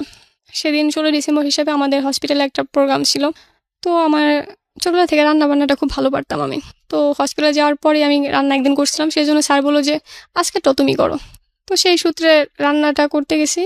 স্যার, আমি ফার্স্টে থাকতে চেয়েছিলাম না, স্যার পর রিকোয়েস্ট করলো। রিকোয়েস্ট করার পর আমি 6তলা চলে গেলাম রান্নার জন্য। দেন রান্না করলাম, রাত্রি 10টা বাজে নিচে নামলাম, মানে গ্রাউন্ড ফ্লোরে নামার পর এখন ওর চাচা যে উনি এসে ভাইস্তে বলে রাখতেছে, ভাইস্তে কোথায়, কোন কেবিন আসে। তখন আমি জানি যে ভাইস্তে তো একজনই আসে, আর কারো ডাকবো না। আমি খাবারটা মানে ঢিল মেরে সেটা আমি ওরা খুঁজতে গেলাম, মানে সবাই আমার দিকে হা করে থাকা রয়েছে, হঠাৎ এরকম সিনকিট ক্যান করতেছে। তো আমি চেম্বারে গিয়ে দেখি যে ও বেডে শুয়ে আছে। পরে আমি ওরে দেখে বললাম, আপনি এখানে কেন? ও বলতেছে এত রাত হয়ে গেছে, আমার ডিউটি নর্মালি 7টা অবধি, তো আমি রাত করি না। তো এই জন চিল্লাতেছে কেমনে আমি বাসায় যাব। আমি ওটা না ভেবে সে ও হসপিটাল অ্যাডমিট কেন, এটা না আমি বেশি ভাবতেছি। পরে রিপোর্ট আসলো, রিপোর্ট দেখা তো আমার চোখে একদম জল চলে আসলো, যেটা কি দেখতেছি আমি। দেন আমি রিপোর্টগুলো নিয়ে স্যারের কাছে গেলাম। স্যার বলতেছে, স্যার আমার নর্মালি তুই করে বলতো, যে এই ছেলেটার তো 2টা কিডনি শেষ। আমি বললাম এটাই কি বলতেছেন? পরে কি হয়েছে, কি হয়েছে? 2টা কিডনি শেষ, মানে নষ্ট হয়ে গেছে, 2টা কিডনি ড্যামেজ। আমি বললাম স্যার এটা কিভাবে এটা বিয়ের সম্ভব? কদিন পরে জানলেন? বিয়ের 15 দিন পর। আচ্ছা, এটাই আপনার হাজবেন্ডও আগে থেকে জানতো না? না, ও জানতো না। আচ্ছা, তারপর কি হলো? তারপর আমি কান্না করতেছি, স্যার বলছে যে আরে তুই কান্না করতেছিস কেন? আমি বললাম না স্যার, আমাকে এলাকার মানে তো। ওনারা তো কেউ জানে না যে হ্যাঁ। ওকে। পরে বললাম স্যার আমাদের এলাকার তো। পরে স্যার বললো যে যাই হয়েছে হয়েছে, ওরা খুব গরিব, ওদের এটা জানানো দরকার নাই, কা কিছুদিন গেলে এমনি মারা যাবো, জানানো দরকার নেই, কোনো রিপোর্ট দিব না, নর্মাল একটা রিপোর্ট ভুয়া রিপোর্ট বানায় তারা দিতে চাইতেছে। মানে টোটাল কথা এই জানা। হাসপাতালে আপনি কি করতেন? ফ্রন্ট ডেস্ক অফিসার ছিলেন, রিসেপশনিস্ট হ্যাঁ, ছিলেন, আর reception- টুকটাক কাজ শিখতেন। হ্যাঁ। হ্যাঁ। তো আমি স্যারে আর কোনো ফোর্স করলাম না যদি ফ্লাশ হয়, সেই জন্য আমি ল্যাবে গিয়ে সেটা ল্যাবের যে ভাইয়াটা ছিল বললাম যে রিপোর্টগুলো আমায় দেন। পরে বললো যে আচ্ছা, আমার আবার আপু বলে ডাকতো, আপনি কাছে রাখেন দিয়েন না কিন্তু। আমি বললাম আচ্ছা ঠিক আছে। পরে সেগুলো নিয়ে আমি ওর কিছু জানাইলাম না। পরে এটা কি আমি, গাজীপুরের হাসপাতাল? হ্যাঁ আমাদের গাজীপুরে দেন ওখান থেকে আমি ওদিনকে ওদের বাসায় যাওয়ার কথা ছিল। ওদের বাসায় বলতে এই জন্য যাওয়ার কথা ছিল, অনেক রাত হয়ে গেছে গা, আবার এলাকায় একটা ছেলে আমায় খুব ডিস্টার্ব করতো, হ্যাঁ। যার জন্য ভয় পাইতো। হুম। পরে বলে আজকে আমাদের বাসায় থাকে যাও, যেহেতু আমার ফ্ল্যাট আছে, ফ্ল্যাটে বাসায় আমার বাসায় প্রবলেম হবে না। তো সেদিন আমি ফার্স্ট ওদের বাসায় গেলাম, রাতের অন্ধকারে গেছি, ওদের বাসায় কেমন সেটা আমি কিছুই জানতাম না। তো ওদের বাসায় গিয়ে আমি কান্না করতে করতে যাইতেছি, ওর মা আমায় বললো যে কি ব্যাপার, ঠান্ডা লাগছে নাকি তোমার, অন্ধকার দেখতেছি ওর না। মা জানতো বিয়ের ব্যাপারটা? হ্যাঁ, বিয়ের ব্যাপারে জানতো বলে তো। তো ওর ওয়াইফ কোথায় থাকতো? ওর বউ, ওরা আলাদা বাড়িতে থাকতো, কারণ ওর মা আর ওর বাবা ওর বাড়ি থেকে বের করে দিছিল। আচ্ছা। মানে শুরু থেকে খুব খারাপ ব্যবহার করছে, মানে নিজেরাই ভুল করে একজন আনছে, আবার নিজেরাই বের করে দিছে। তো ওর ওয়াইফ কোথায় থাকতো? একই এলাকায় কিন্তু ভাড়া বাড়িতে, আর আমি গেছিলাম ওদের বাড়িতে, মানে ওর বাবা মা যেখানে ওকে থাকতো ওকে। সেখানে। তো ওখানে যাওয়ার পর আমি সবকিছু বললাম যে এই সমস্যা, তারা ডিরেক্ট বলতেছে না আমি বিশ্বাস করি না। মানে কি আপনি পুরো বিষয়টা ওপেন করে দিলেন? হ্যাঁ, আমি বললাম যে ওর কিডনি 2টা ড্যামেজ। পরে বললাম আমি বিশ্বাস করি না। কে বলছে সেটা? ওর মা, ওর বাবা। তারপর আমি পরের দিন হসপিটালে বাহিরে, ওকে বলেননি, ওর বাবা মাকে বলেছেন? না ওরে বলি না, কোনো ভাঙা পড়বো প্রচন্ড, হ্যাঁ। আমি বলতে পারি নাই। পরে ওর বাবারে ডাকলাম, ডাকার পরে রিপোর্টগুলো দেখালাম, বোঝে না, তারপরে দেখাইছি যে দেখেন এই এই সমস্যা, অন্তত মনের এটা দূর করার জন্য আপনি ঢাকা যে একটা টেস্ট করেন, হুম। তাও সে রাজি হচ্ছে না। পরে আমি বাসা থেকে কিছু না বললাম, আমার বাসা থেকে ওরে নামিয়ে চলে গেলাম ঢাকা কিডনি হসপিটালে, কিডনি ফাউন্ডেশনে আসলাম। আয়সা রাত্রেবেলা ফোন দিয়ে আমারে বললাম যে আমি ঢাকা আসছি, আমার এক ফ্রেন্ডের বাবা অসুস্থ, ও কিছু বুঝে না, তাই আমি নিয়ে আসছি। তো আমার সেরকম কোনো রেসপন্স করে নাই, কিছুই বলে নাই, কারণ আমার অ্যাকচুয়ালি বাইন্দা রাখতে পারে নাই, ছাড়া হয়ে গেছিলাম পুরা। মানে আপনাকে আর কন্ট্রোল করার কোনো ব্যবস্থা হ্যাঁ, ছিল না? ছিল না। তারপর আমি যেটা করলাম, ওর টেস্ট করালাম, সব কিছু পজিটিভ আসলো। হুম। তখনও বিশ্বাস করে না ওর ফ্যামিলি। মানে যা বলেছে তাই? আসলেই দুটো কিডনি নষ্ট? হ্যাঁ, কিডনি নষ্ট, কিন্তু ওর ফ্যামিলি মানতেছে না। হুম। পরে তখন ওর ওর বউকে একটা চেন দিছিল, সোনার চেন, ওটা বিক্রি করা, আরও কিছু বিক্রি করা, ওর মার পুরানো একটা টিভি ছিল, আগের দিনের যে টিভিগুলো, 2,500 দিয়ে বিক্রি করছিল, একটা ফ্রিজ, ছোট একটা ফ্রিজ, এগুলা বিক্রি করা, আর ওর মার একটা কানের দুল ছিল, আর ওর ক্যাশ ছিল, মানে ওর মা সামান্য কিছু বিক্রি করা, দেন তারপরে ভর্তি করানো হয়, যেটা সম্পূর্ণ আমার তাগিদে। কোথায় সেটা? এটা কিডনি ইনস্টিটিউটে। ওকে। কিডনি ইনস্টিটিউটে তখনও তাও করা হইতো না। তখন ওর বাবা আসছে ফার্স্টে, মানে ভর্তি করানোর উদ্দেশ্যে আসা হয়েছে, কিন্তু কিডনি ফাউন্ডেশনের সামনে দাঁড়ায় উনি বলতেছে আমি জাস্ট রক্ত দিতে আনছি, আমি তো অন্য কিছু করাবো না। তখন ও চেতে যেয়ে বলছে, মানে একটু খারাপ ব্যবহারই করছে, যে রক্ত দিতে আনছো, রক্ত তুমি বললা ভর্তি করবা, তাহলে এখন রক্ত দিতে আনছে এটা কেন বলো, যেখানে ওরা যদি এমনি রক্ত দেওয়া হয় ও মারা যাবে ডিরেক্ট, এটা জানা সত্ত্বেও সে ওখানে করতেছে। পরে উনি সিনকেট করে সে চলে গেল ওখানে রাইখা, আমি একা। সেদিন থেকে আমি একা ওরে সামলাইতেছি। তারপর ওখানে নিয়ে, ওখানে আর হইলো না, কারণ ওখানে প্রচণ্ড খরচ। তারপর সরার দিতে গেলাম, যেখানে বন্ধ ছিল সেদিন, যার জন্য ভর্তি হতে পারলাম না। তারপর সরাদি থেকে বলে দিল যে পাশে একটা হসপিটাল আছে, ওখানে আপনি ট্রাই করতে পারেন। তারপর কিডনি ইনস্টিটিউটে গেলাম, সেখানে গিয়ে আমরা ভর্তি হলাম। ভর্তি হওয়ার পর ওর ডায়ালিসিস করবে, এখন সেটা একটা খরচ আছে, ক্যাথেটার করার জন্য 5,000 টাকা লাগবে, টাকা পয়সা সব কিছু আমার কাছেই। তখনও মানে জানে মাত্র কিছুদিন, তার আগে ওরা আমি কিছু জানাইনি, ওর বাসায় বলে দিয়েছিলাম ও জানে কিছু না জানে। দেন ওরা জানানো হলো, তারপর ওখান থেকে ডাক্তাররা বললো এই অল্প বয়সে এটা, মানে সবাই প্রচণ্ড আফসোস করতে লাগলো। তখন ওর শরীর ভাঙে নাই, ওর ওজন তখন 80 কেজি, তখনও 80 কেজি। প্রথম যেদিন ডায়ালিসিস করা হয় তখন ওর ওজন আসে 72 কেজি প্রথম ডায়ালিসিসে। ওখানে থাকি আমরা 3 দিন ডায়ালিসিস দিই, কিন্তু ওখানে আমরা থাকি হলাম প্রায় 11 দিন। ওই 11 দিনে লোকের মুখে শুধু একটা কথাই শুনছি, তোমার আর কেউ নাই, তোমার তো আজ অব্দি কেউ দেখতে আসলো না। এই এতদিন ভর্তি রইলাম, একটা দিনের জন্য না ওর বাবা না ওর মা কেউ একটা দিনের জন্য দেখতে আসে নাই। তারপর সেটা না আমি কোনো ছিল না, লোকে কথা বলতো, এক কান্দা ঢুকাইতাম আর এক কান্দা বের করে দিতাম। কিন্তু আমার বাড়িতে তা মিথ্যা বইলে আসছি। আমি তখন বলছিলাম যে যেহেতু আমার পুলিশে যাওয়ার কথা ছিল, তখনও মোটামুটি সব কিছু ঠিকঠাক। আমি বলছি যে আমার মানে কিছু টেস্ট আছে সেগুলো করাইতে হইব, যার জন্য আমার যাইতে হইব। আমি সেজন্য গেলাম, মানে এটা তাদের বুঝাইলাম, কিন্তু আসলে তো আমি ওর পাশে এসে দাঁড়াইছি। তারপর এখান থেকে ডিরেক্ট বাসায় চলে গেলাম। বাসায় যাওয়ার পর এখন তো আমি বাসায় বলে দিছি, এখন ওদিকে লেট হইতেছে, আমার তো এখন বের হইতে হইব, যার জন্য আমি বাসা থেকে বের হইলাম। বাসা থেকে জানে যে আমি পুলিশে যাচ্ছি, কিন্তু তখন আমারটা ফিক্সড হয় নাই। কিন্তু যখন ফিক্সড হইল তখন ওর অবস্থা খারাপ হইতে থাকলো। তখন আমি কিছুদিন ওর ফুপুর বাড়িতে থাকি, ওখানে আমার আলাদা রাখি। বাসায় কি জানতো আপনি যে এতদিন ধরে ওর পিছনে দৌড়াদৌড়ি করছেন? না, এগুলো আমার বাসায় কিছু জানতো না। ওকে। তো এর মাঝে যখন ও হসপিটালে ভর্তি থাকে তখন ওর বউ ওর নামে বিচার দেয়। আচ্ছা, কিসের বিষয়? সমাজে ওরে 6 মাস ধরে খাইতে দেয় না, ওর ওপর অত্যাচার করতেছে, এই সমস্ত বিচার দেয়। ও যে অসুস্থ এটা না তার কোনো মাথা ব্যথা নেই। না, ওই সময়টাতে কি মানে আপনার জানতো না। ব্যাপারটা জানতো? তাও না, জানতো না? আমার ব্যাপারটা জানতো না। ইনফ্যাক্ট যখন অসুস্থ থাকা হসপিটালে ভর্তি করার আগে একদিন বমি করছিল, বালতিতে বমি করছিল। সে বালতির অবধি ফালায় না, 2 দিন অবধি বালতি হয়েছিল। 2 দিন পরে ও নিজে বালতিটা ফালায়। মানে এতটাই শুধুমাত্র ওর টাকা পয়সা খাইতে পারছে, ওর সাথে ঘুমাইতে পারছে, শুধু ওরে পছন্দ করে নাই। ওরে পছন্দ বলতে ওর কাজ করতে পছন্দ করে না, এক কথা। দরকার কি? আপনি তাকে নিয়ে কোনো মন্তব্যই করেন না, আপনি বরং আপনার জায়গায় থাকেন। হ্যাঁ, তারপর সেখান থেকে গিয়ে বিচার দিল এই সমস্ত হাবি যাবি। তারপর 2বার বিচার করলো, মানে বিচার বসলো এলাকায়।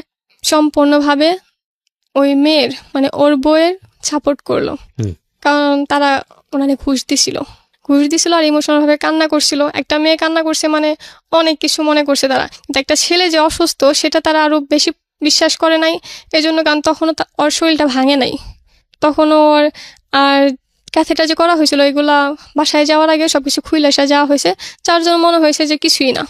তারপর চেয়ারম্যান বলল যে ওর যেহেতু সমস্যা বিশ্বাস করে না, তাহলে ওর শ্বশুরবাড়ি হলাম টাঙ্গাইল নিয়ে এসে পরীক্ষা করো। তখন চেয়ারম্যানের মানে বলা উচিত ছিল যে টাঙ্গাইল কেন করবেন, ঢাকায় এত বড় বড় হসপিটালে করাইছে, বা তোমাদের ডাউট থাকে তুমি সেখানে যা করাও, টাঙ্গাইল কেন করাবে, টাঙ্গাইলে কি আছে। এটা উনি বলে নেই, এটা ওনার, যেটা আমার মনে হয়েছে যে আমার না প্রত্যেকের মনে হবে, এই রেডিও যারা শুনতেছে তাদের প্রত্যেকের মনে হবে যে এটা তার বিচার হয় নাই। ঠিক আছে, বিচার টিচারের দরকার নেই, আপনি আপনার লাইফে থাকেন। তারপরে সেখানে থেকে উনি চলে গেল, অশান্তি করা শুরু করলো। তখনও জানে না, কারণ তখনও আমাদের ভিতরে যা করছে আমি দূরে থেকে করছি, মানে সামনাসামনি আমি কখনো আসিনি। তারপর পুলিশে যাওয়ার কথা, যেটা আমার ফাইনালি চলে আসলো, সময় হয়ে গেল, সব কিছু ঠিকঠাক হয়ে গেল, কিন্তু তখন ও আর রাজি হলো না, না থাক চাইতে হইব না। আবার আমার যে ফ্রেন্ড নিতে চাইছে ও আবার আমায় পছন্দ করতো, যেটা ও ভয় পাইতো, ওর এত বড় একটা অসুখ, যদি আমি ওর ছেড়ে চলে যাই, সবকিছু মিলায় ও আমার যাইতে দিল না। তো আমিও ভাবলাম যে ওর পাশে হয়তো আমার খুব বেশি দরকার, তো আমি আমার লাইফটা নিয়ে এসে আমি একদমই ভাবলাম না, ওপরে আল্লাহ আছে, যা হইবার হইব। প্রিয় শ্রোতা, অনুষ্ঠান চলতে চলতে আপনাদের জন্য একটি বিশেষ অ্যানাউন্সমেন্ট করতে চাই। সেটা হলো আমি আরেকটি অনুষ্ঠান করি রেডিও আম্বার 102.4 FM এ, প্রতি শনিবার রাত 10টায় প্রচারিত হয় মাইক্রোফোন টেস্টিং 1024। হয়তোবা অনেকেই শুনেছেন, বাংলাদেশের রেডিওর ইতিহাসে সর্বপ্রথম মিউজিক রিয়েলিটি শো। গানের রিয়েলিটি শো, এবং 2019 সালের সেরা আম্বার ভয়েস আমরা খুঁজে বের করবার চেষ্টা করছি। সেখানে আপনি অডিশন দিয়ে সেখানে আপনি অংশগ্রহণ করে সেরা আম্বার ভয়েস হতে পারেন। আপনি যদি মনে করেন যে আপনি খুব ভালো গান করেন কিন্তু সে অর্থে তেমন কোনো প্ল্যাটফর্ম কোথাও পাননি, তাহলে ছোট্ট একটা অডিশন দিতে হবে আপনাকে। ফোন করে আপনাকে গাইতে হবে একটা গানের 2টো লাইন বা 3টে লাইন আপনি আমাদেরকে গেয়ে শোনাবেন এবং আমরা আপনাকে ডাকবো, নিশ্চয়ই ডাকবো। ওকে, ফোন নাম্বারটি আমি বলে দিচ্ছি। ফোন নাম্বারটি হচ্ছে 09611001024। আমি আবারও বলছি, ফোন নাম্বারটি হচ্ছে 09611001024। যদি আপনি মনে করেন আপনার কণ্ঠ সারা দেশের মানুষের কাছে যাওয়া উচিত, আপনি সেরকম গাইতে পারেন, তাহলে যোগাযোগ করুন এবং অংশগ্রহণ করুন মাইক্রোফোন টেস্টিং 1024-এ। আমরা আবার যাচ্ছি আমাদের অতিথির কাছে। জি, যেখানটায় আপনি ছিলেন। আমি আমার ভবিষ্যৎ নিয়ে ভাবলাম না। ইনফ্যাক্ট আমি যে একটা জবে ছিলাম, ভালো একটা জবে ছিলাম, স্বাধীনতা ছিল, আমি সেটাও ছেড়ে দিছি, একবারও ভাবি নেই। আমি যখন হসপিটালে ভর্তি ছিল অয়নে গেলাম, তখন আমি আমার স্যালারিটাও নেইনি, স্যালারি নেওয়ার সময় ছিল, কিন্তু আমি সেটা না নিয়ে আমি ওর কথা শুধু ভাবছি, ওর কথা ভেবে ওর পাশে ছিলাম। তারপর আমরা সাবার বাসা নিলাম, আমার সাথেও কিছুদিন থাকলো। তারপর দেখতাম যে সারাক্ষণ রুমের ভিতর থাকে। আমার মনে হলো যে এভাবে থাকলে তো আরও বেশি অসুস্থ হয়ে যাব। তারপর ওখান থেকে আমি ওর বাসায় ফোন দিলাম যে ওরা আপনাদের কাছে রাখেন। তখনও আমার শ্বশুরবাড়ির সাথে আমার সম্পর্ক ভালো, কারণ দূরে ছিলাম, কোনো কিছু না, আমি নাক গলায় নেই, আমি জাস্ট প্রয়োজন সময় পাশে ছিলাম, এইটুকুই। সেজন্য ভালো ছিল সম্পর্ক। তারপর আমরা আবার 2 মাস থাকলাম, মানে আমি একা ছিলাম, ও কিছুদিন ছিল মাত্র, ওখানে পাঠিয়ে দিই। আস্তে আস্তে ওর শরীরটা প্রচণ্ড খারাপ হয়ে যায়। রোজার ঈদের আগে ওরে এতটা অবস্থা খারাপ হয়ে যায়, ওর ফ্রেন্ডরা কালেকশন করে টাকা, ওর ফ্যামিলি থেকে টাকা ভাঙার মতন কোনো অবস্থা নেই, মানে তাদের অ্যাকচুয়ালি ইচ্ছা নেই। দেন ওর ফ্রেন্ডরা সব কিছু মিলায় 35,000 টাকা দেয়, যেটাতে আমরা শুরু করতে যাই। ফার্স্টে টেস্ট করি, 24 তারিখে আমরা যাই। যাওয়ার পর ডাক্তার বলে যে ঈদের আগেই তোমরা কমপক্ষে 2টা ডায়ালিসিস নাও। তখন ঈদের মাত্র বাকি 4 দিন। তখন তো আমাদের পক্ষে নেওয়া সম্ভব না। কিন্তু ঢাকা যাওয়ার আগে যেটা হয়, আমরা যখন কোনাবাড়ি থেকে কাশিমপুরে আসতে থাকি, অটোতে ও হঠাৎ করে সেন্সলেস হয়ে যায়। আমার ঘাড়ে মাথাটা ছিল, হঠাৎ করে সেন্সলেস হয়ে যাওয়ার পর আমি যে একজন এই প্রফেশনে কিছু হলেও জানি, শিখছি, তা আমি চেক করব যে সেটা না করে সেটা আমি ভয় পেয়ে গেছি পুরা। তা একজন লোক এসে বলতেছে, প্রায় আমার চিৎকারে 50 জন লোক জড়ো হয়ে গেছে, একজন লোক এসে বলতেছে মারা গেছে, মানে দিয়ে ঘোষণা করে দিল যে মারা গেছে। ওটা শোনার পর তা আমি আর ঠিক নেই। দেন কিছুক্ষণ পর ও মাথা তুলছে, মাথাতে বলতেছে কি হয়েছে। তখন মনে হয় যে আমার আত্মার প্রাণ ফিরে আসলো। তারপর সেখান থেকে আমি খুব ভয়ে ভয়ে অরণ্যার হসপিটালে যাই, সেখান থেকে টেস্ট করে সাবার চলে যাই ডিরেক্ট। যেদিন যাই সেদিন বাসায় যাওয়ার পর সন্ধ্যার পরে আমার একটা ছোট হার্ট অ্যাটাক হয়। মানে আমি এতটা প্রেশার নিছিলাম যেটা আমি সহ্য করতে পারিনি। একে তো বয়স অল্প, দ্বিতীয়ত বয়স অনুযায়ী অনেক বেশি টেনশন নিয়ে ফেলছিলাম। তারপর ও প্রচণ্ড ভয় পেয়ে যায়। ও কি করবো, নিজে একজন অসুস্থ রোগী, ও বুঝতেছিল না কি করা উচিত। যখন আমার সেন্স আসলো বা একটা ওষুধ দিতে হয় যেটা ও আমায় দিতে পারে নাই, ও অ্যাকচুয়ালি ভাবে না যে আমি ওখান থেকে ব্যাক করতে পারবো, কারণ ওই সিচুয়েশনটা দেখছিল। তারপর যাই হোক, আল্লাহর রহমতে সব কিছু ঠিক হয়েছে। তারপর ওখান থেকে ওর চিকিৎসা আবার শুরু হয়, নিয়ে আসা হয়, ওর চিকিৎসা শুরু করি। ফিস্টুলা করতে হবে। ফিস্টুলা করার জন্য আমাদের হসপিটাল থাকতে একজনের সাথে আলাপ হয়। উনি বললো যে তোমরা ঢাকা আসো, শুধু আমি সব কিছু করতেছি। তো যেহেতু পরিচিত, বিশ্বাস করলাম, ওনার মাধ্যমে ফিস্টুলাটা শুরু করি। ফিস্টুলা ক্যাথেটার 2টা একসাথে শুরু করি, কারণ ফিস্টুলা চালু হইতে 2.5 মাস সময় লাগে। কিন্তু কি বলে, ওইটা শুরু হয় না, আমাদের ওইটা ফিস্টুলাটা নষ্ট হয়ে যায়। একটা ফিস্টুলা নর্মালি অনজায় করলে পর 15,000 টাকা রাখে, যেখানে আমাদের 8,000 রাখছে। কিন্তু একটা ইঞ্জেকশন 2 বেলা দিতে হয়, যেটা 700 করে পড়ে একটা ইঞ্জেকশন, যেটা প্রচণ্ড ব্যয়বহুল, আমাদের পক্ষে সম্ভব না। তো সেখান থেকে ওই টাকায় হয় না, যে 35,000 টাকা দেয়। ক্যাথেটার ফিস্টুলা করতে প্রথমে 17,000 টাকা আমাদের চলে যায়। কিন্তু আমি কি করব তখন? তারপর ওর ব্লাড দিতে হইব। আমরা যখন ডায়ালিসিস শুরু করি, প্রথম ডায়ালিসিসের দিন ওর ব্লাড ছাড়া ডায়ালিসিস কোনোভাবে শুরু করবো না, হিমোগ্লোবিন তখন 3-এরও নিচে। আমি মানে বলতেছি, ওনারা শুনতেছে না, ওরা বলতেছে আমরা রিস্ক নিতে পারবো না। পরে যখন আড়ালে গিয়ে বললো যে আপনার হাজবেন্ড এখন আমরা ডায়ালিসিস শুরু করি, ও মারা যেতে পারে, তখন আমি আমি বুঝতেছিলাম না যে আমি কি বলবো। পরে আমাদের কাছে মাত্র একজন ডোনার, ওর গ্রুপ হয়েছে ও নেগেটিভ, যেটা খুব রেয়ার, আপনিও হয়তো জানেন, সারা দেশের মানুষই আশা করি জানে, কিন্তু এতটাই রেয়ার, মানে পাওয়া যায় না, মানে যায় না। তারপর আমাদের সাথে একজন ছিল, সেটা দিয়ে সে মানে একমাত্র আমার পায়ে পড়া বাকি ছিল। বললাম যে দেখেন, না করলেও ক্ষতি হইব, করলেও ক্ষতি হইব, আবার ভালোও হইতে পারে। তবে আমি রিস্কটা নিলাম, নিয়ে সেটা করাইলাম। তবে যেখানে 4 ঘন্টা হয় সেখানে আমরা ডায়ালিসিস দিলাম 2 ঘন্টা। ফার্স্ট ডায়ালিসিসটা করালাম, তারপরে একের পর এক 4টা ডায়ালিসিস, 4 ব্যাগ দেওয়া হলো। প্রথমবার 1 ব্যাগ নিলাম, তারপর থেকে 2 ব্যাগ করে নেওয়া হলো, লাস্টে 1 ব্যাগ নিলাম। তার মধ্যেই ফিস্টুলাটা নষ্ট হয়ে গেল। এখন কিভাবে টাকা ম্যানেজ হবে সেটা মাথায় নাইকা। তো যে রক্ত দিছিল তাদের কাছে আমি একজনে বলছিলাম যে, মানে বলছিল যে আপু আপনাদের কিভাবে হলো, এক এলাকার, কিন্তু আমরা কোনোদিন জানতে পারলাম না। পরে হিস্ট্রিটা বললাম যে এইভাবে এইভাবে শুরু, যদি পারো সাহায্য করো। পরে ওরা টোটাল ফার্স্টে আমাদের 32,000 টাকা দেয়। 32,000 দেওয়ার আগে আমি শুরুতেই, মানে ওরা টাকা তোলা শুরু করছে তার 2 দিন পর আমি 15,000 টাকা তুলে নিই ওদের থেকে। 15,000 টাকা দিল আমায়, আমি ওটা দিয়ে এসে পরবর্তীতে ফিস্টুলাটা করি।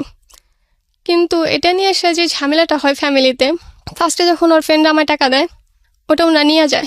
পরের দিন সকালে আমায় মাত্র 12,000 থেকে 15,000 টাকা দিতে চায়, যেটা আমি ডিরেক্ট না বলে দিই যে আমি এটা হবে না। সেইখান থেকে তারা আমায় দেখতে পারে না। তারপরে যেটা হয়, আমি ম্যানেজ করার চেষ্টা করি সব কিছু।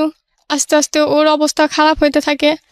ওর ডায়ালিসিস করাটা আমার জন্য খুব কষ্টের হয়ে যায়।